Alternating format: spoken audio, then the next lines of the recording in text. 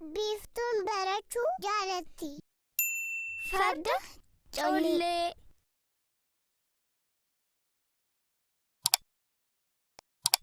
Jaalata har'a bar guyyaa haadholiiti. Maalidha guyyaan haadholii? Guyyaan haadholii hundumti keenya haadha keenya hammam akka jaalannu guyyaa itti agarsiifnudha. Ani bar harmee koo baay'een jaalladha. Harmeen baay'ee nu kunuunsiti. Akkasumas nu jaallatti. Baay'ee obsa qabeettidha. Yoomillee nus hin miidhu. Cirees nu kenniti. Harmeen bar baay'ee nama gaariidha. Harmeen akka ishee jaalannu akka beektuuf maal haa goonu? Kennaa. Yaada gaariidha jaalata. Garuu maal haa kenninuufi? Inumaa waraqaa kana irratti kaardii kennaa ni hojjannaafi. Biiftuu kana naa dibi. Lakkii ati maaliif hin dibdu? Maaloo atumti naa dibi biiftuu? Baay'ee salphaadha. Haala kanaan dibuu dandeessa. Tole.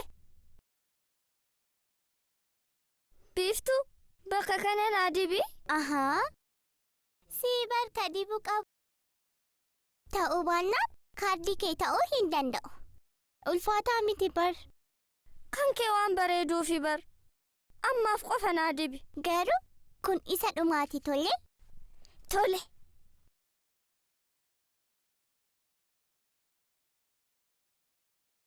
Biiftuu yeroo tokko qofa naa dibi. Jaalataa baay'ee na rakkisaa jirta.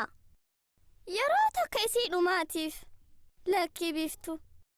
Maaloo biiftuu. Maaloo. Anis bar osoo harmeen hin dhufin kaardii kennaa koo hojjedhee xumuruun qaba. Yeroo tokkoof maaloo. Biiftuu lakkii. Jaalataan ofiisaan harmeef kaardii hojjechuu hin dandeenye.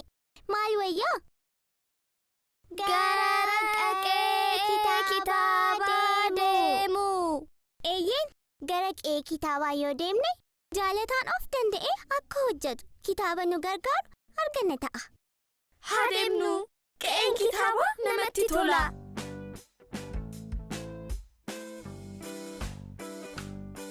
Gara qe'ee kitaabaa nuti deemuufi gara qe'ee kitaabaa ammuma deemuufi rakkoo hiikuudhaafi furmaata argachuuf kitaabni nuuf jiru qe'ee kitaabaa keessa. Dubbisuun ni jaalanna dubbisuun rakkoo ni hiikna gara qe'ee kitaabaa nuti deemuufi gara qe'ee kitaabaa ammuma haa deemnu kaa. Farda collee.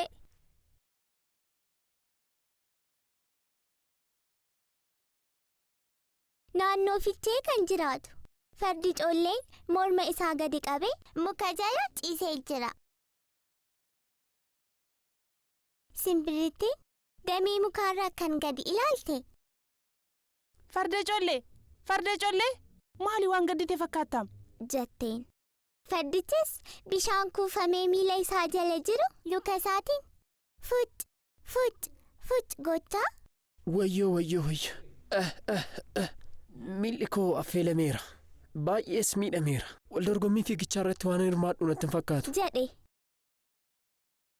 Simbirrittiinis farda collee gargaaruuf gara addee re'eetti ariitiidhaan barriste. Addee re'ee argatti laata? Simbirrittiin addee re'een hojii jirbii fo'uu osoo ariifachiisaa jirtu argite.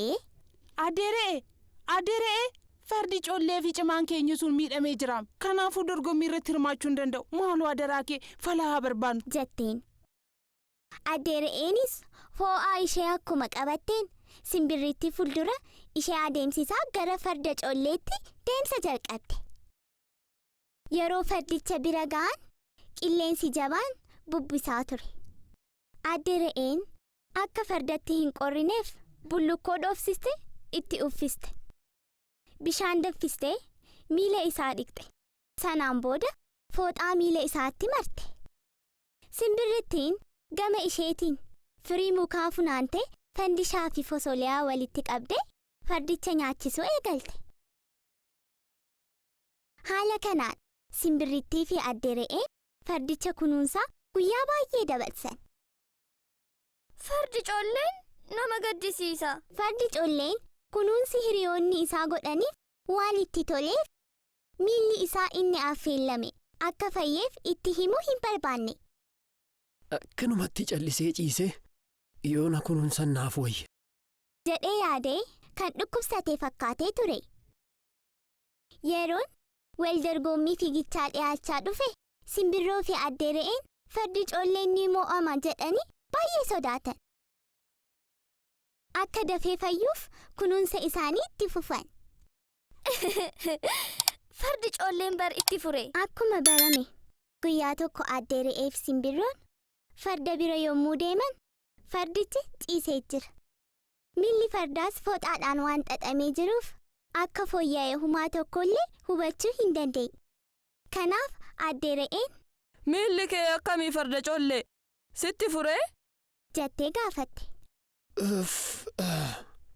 Dhukkubichi homaa boqonnaa naaf hin kennine jedhee deebisee fardi collee. Akka tasaa bakka inni ciisu tuqaan biyyee keessaa ba'e. Fardi colleen akka miilli isaa dhukkubu irraanfatee naasuudhaan akka borofaa utaale. Fardi colleen nama kolfisiisa. Nama kofalchiisa. Dhugaa keetii nama kofalchiisa. Akka inni itti utaale nama kofalchiisa. Yommuu fardichi utaalu fooxaan miila isaatiin xaxamee ture akka tasaa irraa bu'e. Simbirroo fi addee re'een miilli farda collee akka fayye yommuu argan baay'ee rifatan. baay'ee dhiifama naaf godha akkanatti fure kanan sin dhokseef nan kunuunsitan jedhee waan yaadeefi jedhee fardi colleen saalfataa morma isaa gadi qabee.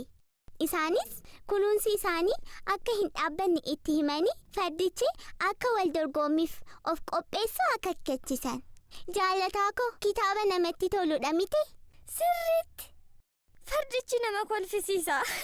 Maaliif si kofalchiise? Inni nyaata barbaade isaan ifaachise. Dhugaa keeti. Garuu fardichi waan addee re'ee fi simbirritti gammachiisu waan godhe sitti fakkaata? Lakki natti hin fakkaatu. Maaliif akka isaan hin gammachiisne beekta? Fardichi osoo gochuu danda'u isaan xaarsiisaati.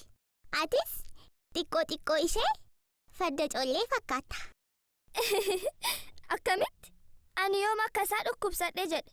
Ofii kee waan hojjechuu dandeessu. Halluu naa dibi jettee waan na rakkisteef anis harmeef kaardii hojjechuu hin dandeenye. Naa galeera. Ani halluu dibuu danda'eera. Kanaafidha waan ofii kee dandeessuuf ofii kee hojjedhu kan hin sin jedhu. Ani numa baay'ee bareecheen diba. Kormee obboleessa koo. Biiftuu waan si jeeqeef dhiifama obboleettii koo. Homaa rakkoo hin qabu. Amma osoo harmeen hin dhufin nu lamaanuu deemnee kaardicha haa xummurru.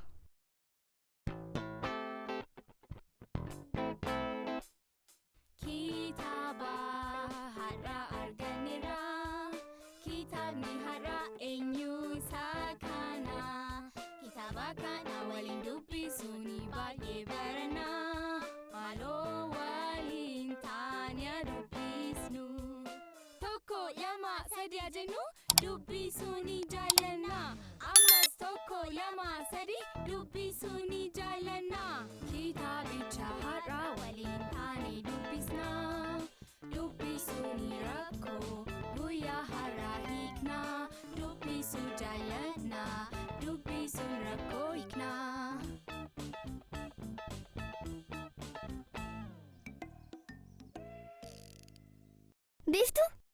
Biiftuu argitee akkattan ani itti dibe. Ati cimaadha jaallata. Ofii kee waan hojjetteef immoo namatti tola. Harmeen immoo yommuu kaardii kana argitu akka gammaddu homaa hin shakku. Isinis wanta haadha keessan gammachiisu waan gaarii hojjedhaafi tole. Nu waliin kitaaba farda collee jedhu waan dubbistaniifi jaalataan of danda'ee akka hojjetu waan gargaartaniif guddaa galatooma. Isinin jaalladha. Nagaatti.